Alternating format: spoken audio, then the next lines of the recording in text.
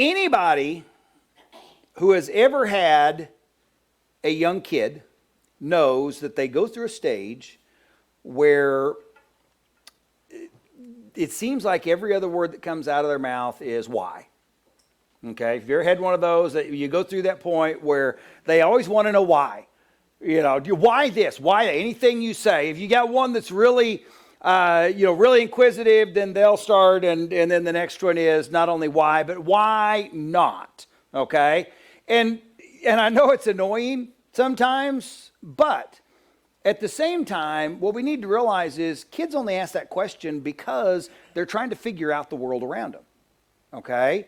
It is natural. And I think sometimes what we need to keep in mind, though, is we need to be asking that question as well. And so, too often, I think that, we get things to where we assume that things are the way they are, and so we just do them the way that we do them. We go with the flow, and, we assume that there's a reason.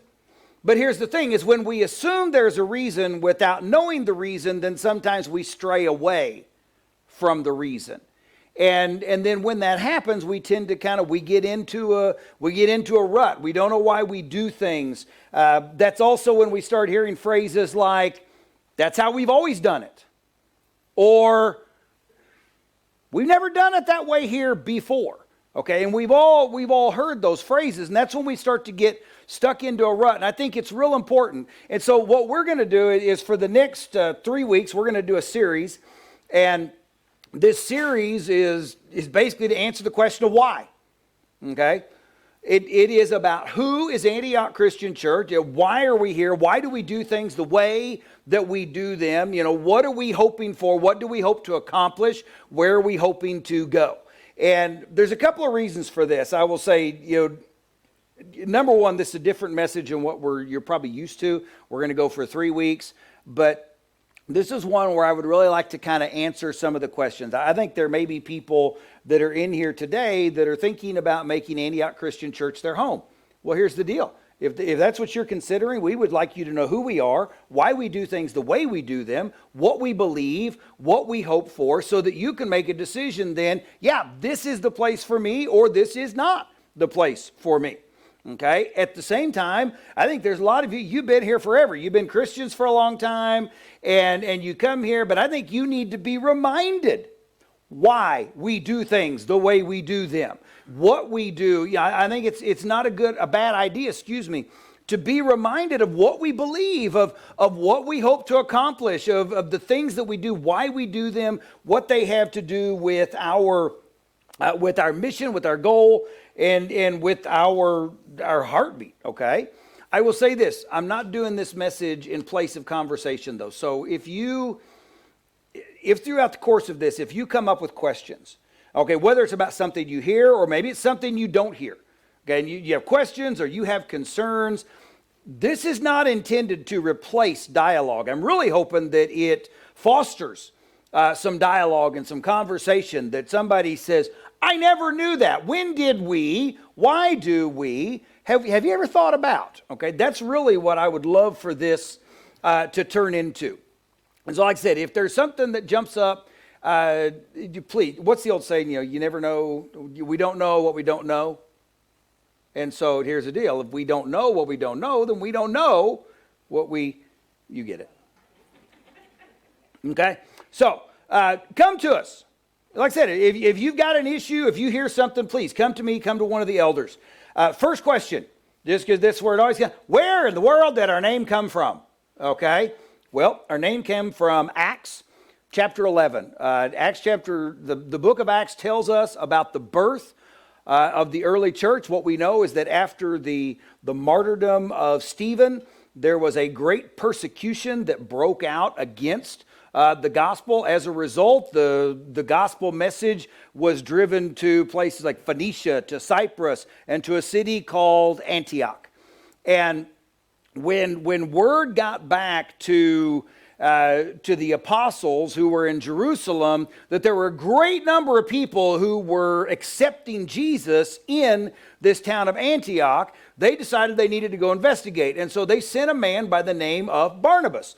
So we know that Barnabas went, he checked it out, he was like, yeah. Then he goes to Tarsus, and he gets a guy by the name of Paul, and he brings him back. And so for the next year, we know that Paul and Barnabas then were teaching and preaching and encouraging this body of believers. And then in chapter 11, verse 26, what we read is the disciples were called Christians first at Antioch. Okay, up until this point, they had just been called disciples or followers of the way. Okay, because Jesus said, I am the way, the truth, and the life. And so at this place, they were first called Christians. And Christian just really means literally little anointed ones or little Christ. So that's what it means, okay? And so this is the first place that they were called. Antioch was where they were first called Christians, so hence our name, Antioch Christian Church. Okay? Second question. Where do we get? How do we get here? Where do we come from? This fellowship actually began as a group of families that were looking to grow spiritually. They had left the congregation that they had been at formerly. They met in homes in different places. And then September 18th of 1986, Antioch Christian Church was formally established and began meeting at 517 West Avenue A. That was the original building, and then that building burned to the ground. Okay, and so after that, construction began at 3200 West Country Club Boulevard, and this building was actually it was dedicated November 12th of 1989. And it has served ever since as Antioch Christian Church's home from that day on. Okay, and so that's how we got here. We were established as, and we continue to operate as, an independent Christian church. Now, what does that mean? Everybody goes, well, that's just a non-denominational. Nah, I personally believe you can be non-denominational and not be Christian. So we are an independent Christian church. And here's what that means. When I say we're an independent Christian church, we are independent in the fact that we don't have a headquarters that we answer to. There's nobody that we funnel our finances through. When we take up an offering, not everything has to go to denominational headquarters on the East Coast somewhere. Okay. We are independent in the fact that there is no hierarchy. There's no controlling interest, okay? Nobody built our building for us and now owns it, okay? Which, speaking of, we own our own building. We own all of our own assets, okay? We hire and choose our own programs. We also, we don't hire our own programs. We choose and hire our own pastors, but we also pick our own programs, okay? We also select and then we choose what missions, what missionaries, what ministries that we are going to support, okay? As an independent Christian church, we are affiliated with about 4,800 independent Christian churches across the United States. Now, the disappointing thing about that is that about 20 years ago, that number was 5,600 independent Christian churches. And so that number is going down as far as the number of independent Christian churches that are out there. Some of them are smaller than us. Some of them are a whole lot bigger than us. But the fact is we're all, affiliated in the fact that we do not fall, we're independently governed and we don't fall under denominational control. Okay, and we think that is important, and here's why. You look around right now and you see a lot of denominational fights that are going on. Okay, you see denominations that are splitting, that are pulling apart, and a lot of it has to do with the fact that there are decisions being made at denominational headquarters that fly in the face of what many who are in the individual churches believe the Bible has to say about that. Honestly, that's where Antioch started. The members that started Antioch Christian Church broke away. They left a Disciples of Christ denominational church, and it was by and large because of decisions that were being made on the local level based upon what the headquarters were deciding. Okay, and so that was why they then broke away from that, okay, and then started Antioch Christian Church. And the reason I say that is because here's one of the things. We do not believe, please don't take it that this means majority rules, okay, that just, well, whatever we decide we're going to do, we're going to do. No, that is not the case, okay.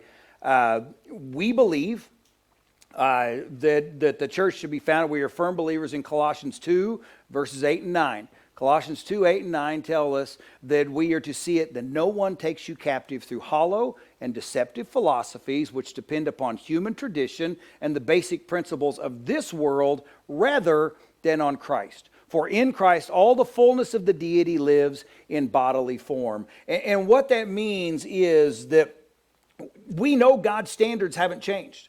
They haven't changed, they're not going to change, okay? We also know that Jesus calls his church to see things his way.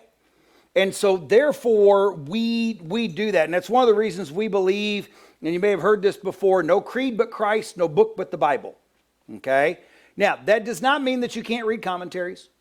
That does not mean that you can't read other Christian books or anything else. When we say no creed but Christ, no book but the Bible, what we are saying is that every decision we make, the final authority is Jesus and the Holy Bible. That is the ultimate and final authority in every decision that we make. Okay? And so, and we're going to get a little bit more next week. We'll get into some of the stuff of, kind of, the how and why of what we do. But today I do want to look at, kind of what we believe and how it impacts the way that we operate. Okay? I've said many times that I say it in our personal walk, but if your beliefs don't drive your actions, can you really call them beliefs? Okay? It holds true in church world as well. Okay? If your beliefs don't drive your actions, you can't really call them beliefs. And so here's how our beliefs impact our structure.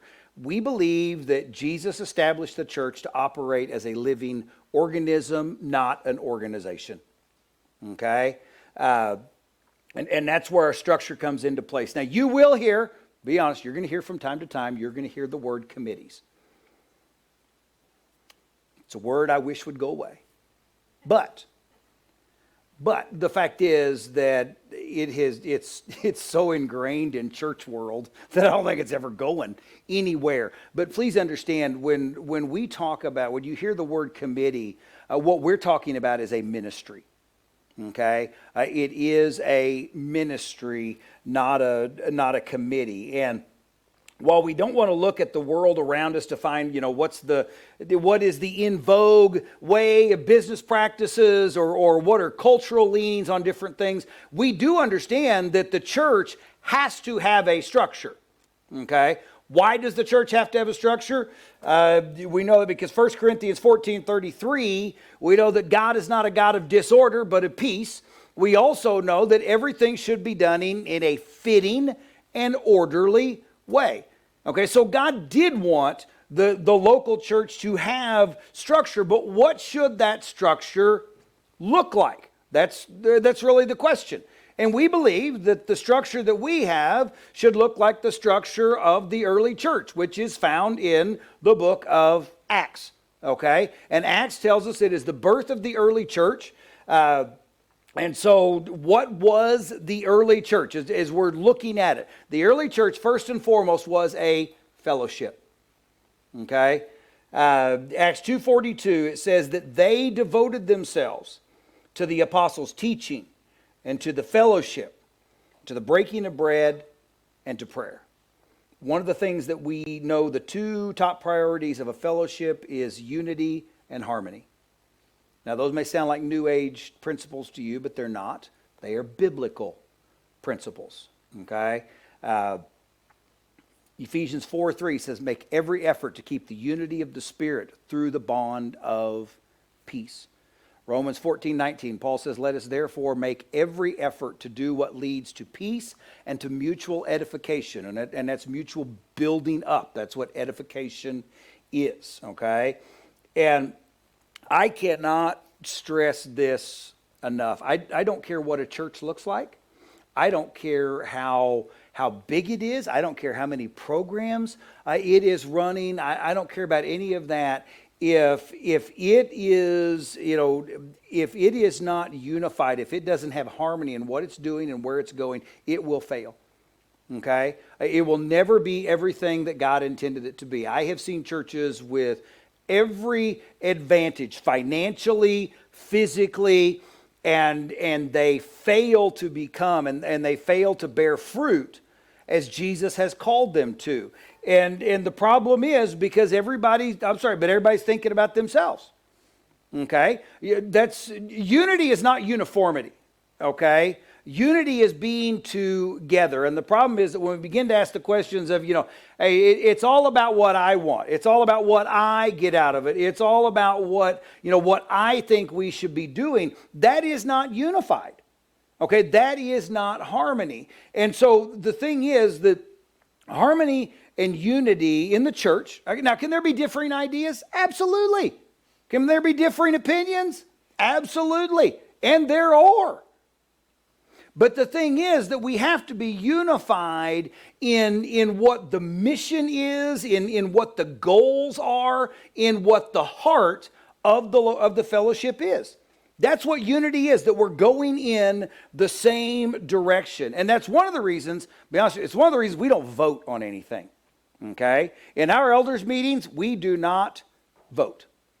Okay? We talk, we discuss, try not to cuss. No, I'm kidding.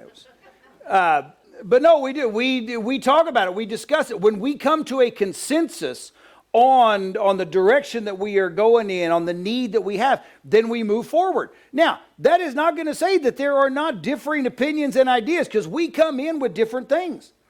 And I am not naive enough to say that nobody ever walks out of an elders meeting and says, that probably isn't the way I would have chosen to do it, but I trust everybody in that room and I'm going to be behind it. Okay? I know. But the thing is that's what unity is.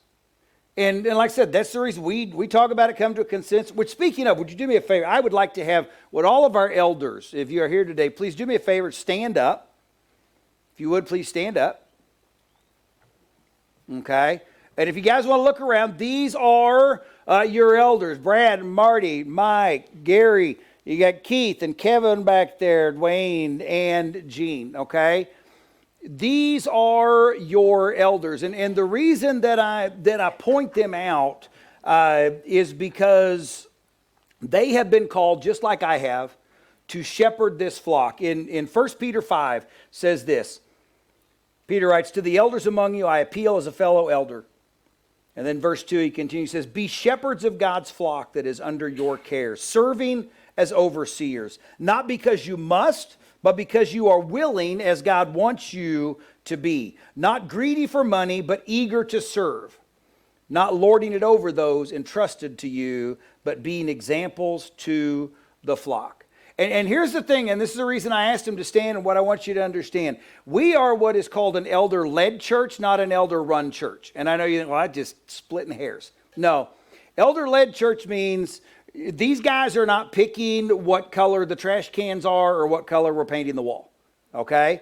What they are tasked with is they are tasked with praying for, praying with, caring about, leading, teaching, loving on this congregation that they have been entrusted with.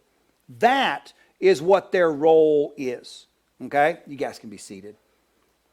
And I want to say that because I was joking. I told the guys that I'm going to ask you all to stand up because they need to know who to talk to and who to throw rocks at. But the fact is that eldership is not about age. Okay, they're not your elders because they're old. They are your elders because they fit the qualifications of 1 Timothy We find it in chapter 3 and in Titus 1. And here's the deal. Anyone who fits those qualifications is entitled to be an elder, no matter whether they are young or old. Does not matter, because it's not an age issue. I do want to say this about the eldership, and as a leadership, we operate off of what we call the philosophy of mutual submission. And what that means is that I put myself under their authority just as they put me or put themselves under mine and under the authority of the other elders. And what that means, if you have a problem with something I'm preaching about, if you have a problem with the direction that I'm trying to lead the church, or things that we are addressing, you know who you go to? Well, you can come to me first off if you want to. But if not, you go to the elders, and the elders are the ones that are going to hold me accountable. If they feel that what I'm preaching, that what I'm teaching, if there's something that I'm doing, that it is affecting the ministry, the witness of Antioch Christian Church, then they will address that with me. Okay? That is their role. Okay. Now, at the same time, if there is, whether it is as a group or whether it is individual that is within the leadership that needs to be held accountable on something, directed on something, that is our role as well. That's mine, and that's the other elders. That's where it is. Mutual submission. We all agree when we come into that there is nobody who is above anybody else. We all agree to be held accountable by one another for the betterment of the ministry, the witness, the testimony of Antioch Christian Church and our Lord and Savior, Jesus Christ. Okay? Now, that being said, talking about, I said that we meet every first Tuesday of every month. We meet in that room right over there at 6:30. If you have something that you feel needs to be addressed, I would encourage you, knowing that, go to one of the elders, go to me, and bring it up. Okay? If you want us to address it in our elders meeting among the leadership, then you bring it to us and you let us know. If it is something that you feel you need to address, if you want to talk to the leadership, then come to one of us and say, hey, I have something I would like to address. Can I come? And you are more than welcome to come to that meeting. Okay? So you please do. That I just want you to know that although, we meet, and to be honest, as eldership, there's a lot of things we discuss that don't get discussed out here. But you know what? If we cannot oversee the spiritual health of this church, if we don't know what's going on in this church, if you don't feel comfortable bringing it to us. Okay? So first off, know that. Second is, then the next week, the second Tuesday of every month, we have a business meeting. And we meet in the same room, same time, same bat channel, okay, 6:30. It's kind of exactly what it is. And so you are more than welcome to come to that as well, okay? Now, once again, the business meeting is kind of the same way as elders meeting. We don't officially vote even when we vote, okay? And here's what I mean. We have to get something in the minutes that says that we approved something. But we all talk through it and we come to a consensus. And when we all reach the same point and a consensus and a direction, then at that point somebody puts forward a motion. And then when the motion is put forward, we take our vote on it so that it can go into the minutes and we can follow up on it. But we don't, now chances are meetings could be a lot shorter if we would simply present, vote, and move on, be honest. But here's the deal. One of the things that we believe is that voting only causes conflict and division. Okay? When it leads to politicking, it leads to manipulation. I mean, I'm sorry, but whenever you have a vote, you have a winning side and a losing side, don't you? Every single time. Okay? And so why do you want to create division and conflict when what you're trying to do is foster unity and peace and harmony and direction? Okay? And so we talk through it until we come to a consensus. And there are times when things come up, we kind of all decide, you know what, this ain't the way for us to go right now, so we don't do it. Okay? I think it's, one of the things is that we want to foster that. And I know sometimes that's messy. I think one of the things to understand is that as a church, we want to operate as a family.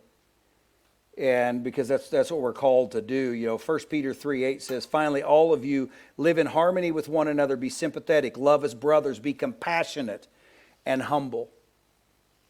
Now, that is not to say that we don't have some rules on things, but we do try to focus more on developing guidelines and putting together directions rather than having hard and fast rules. And here's why. Is that because when you start to operate by hard and fast rules with zero tolerance, we end up getting to a point where everybody says what? Well, that's just the rules. That's the rules. That's the way it is. Well, there's no room for grace. There's no room for case-by-case discernment in that. And we really believe that that is what the Bible calls us to do, is to look at everything as a case-by-case discernment, to operate in grace and forgiveness and mercy and love for one another. And I know that's messy, but guys, let's be honest, we've all got families. Relationships are messy, okay? Grace is messy. Ministry is messy. And it is because if anything if anything's worthwhile, it's going to be a little difficult. It's just the way it is, okay? And so that's one of the reasons we believe that, that we are called, Jesus intended his church to operate as a family of believers, okay? Now, the other thing, and this has to do with the way that we operate, and that is, and I know you hired me, and I'm hired as the pastor, and you hired Kevin, and Kevin is the youth pastor, and Beth back there is the children's director, and that's fine, but please understand one thing. Jesus never ordained and established his church with a model that, hey, then you need to hire some people to do all the ministries so you can just sit back, okay? The church was intended that everyone was involved in ministry. And that's what we talked about. We try to take the role, as far as the paid staff, to be more along the lines of administrators. But the fact is that we all are a part of the ministry of the body. At Romans 12, verse 4 through 8, we talked about this about 4 weeks ago. But he says, just as each one of us has one body with many members, and these members do not all have the same function, so in Christ, we who are many form one body. And each member belongs to all the others. We have different gifts according to the grace given us. If a man's gift is prophesying, let him use it in proportion to his faith. If it is serving, let him serve. If it is teaching, let him teach. If it is encouraging, let him encourage. If it is contributing to the needs of others, let him give generously. If it is leadership, let him govern diligently. If it is showing mercy, let him do it cheerfully. And what that means, like I said, a couple things. We all have a part to play in the ministry of Antioch Christian Church. And if you're not involved in the ministry of this fellowship, I would encourage you, get with me, get with Kevin, get with Beth, talk to one of the elders. We will help find you a place that fits your talents, your gifting, your passions, and your abilities so that you can serve. Secondly, I'll say this is the other part of it. If you have an idea for a ministry that God has laid upon your heart and you see a need for that at Antioch Christian Church, then you need to bring it to one of us, okay? So that we can then put that into place. I was thinking about exactly this. Back in 2015, 2016, I think it was, we had a couple of nights, we had vision night. And I was going back, and I've got the notes that we took at those. And what we did is we met and we talked over dinner about the visions that we had for the future of the church, and we wrote them down. And some of the goals that we have fulfilled. There's some of them that we haven't. There's some of them that were short term. There were some of them that were long term. Okay, but the thing is that, here's one of the things that I want you to understand. Antioch Christian Church is not my church. Okay, it's not my church. It's not even the founding members' church. It's not your church. It is Jesus' church. Plain and simple.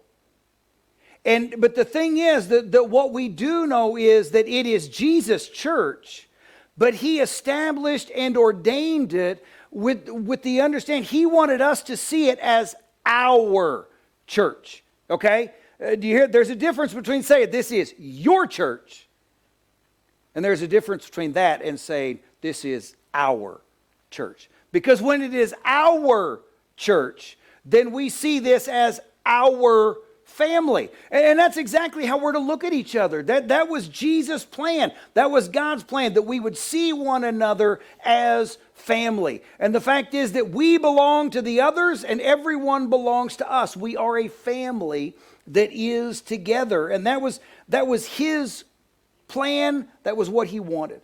Okay? And the other thing to understand is, we've talked about this so many times, almost so many times it becomes cliche, but the fact is that Jesus did not establish his church as a place to go.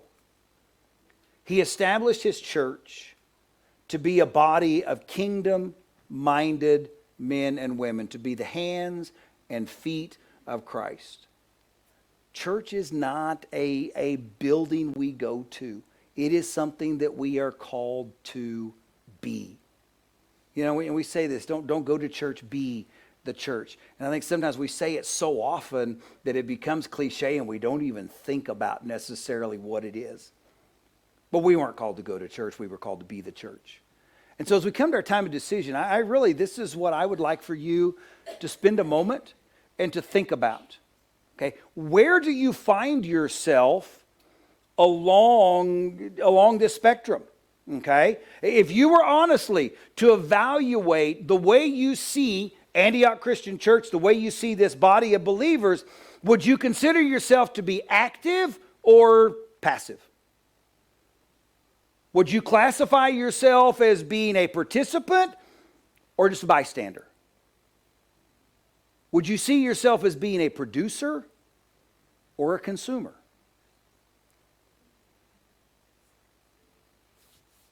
And then I would challenge you to ask yourself, what would God call me to be? What part does he want me to play?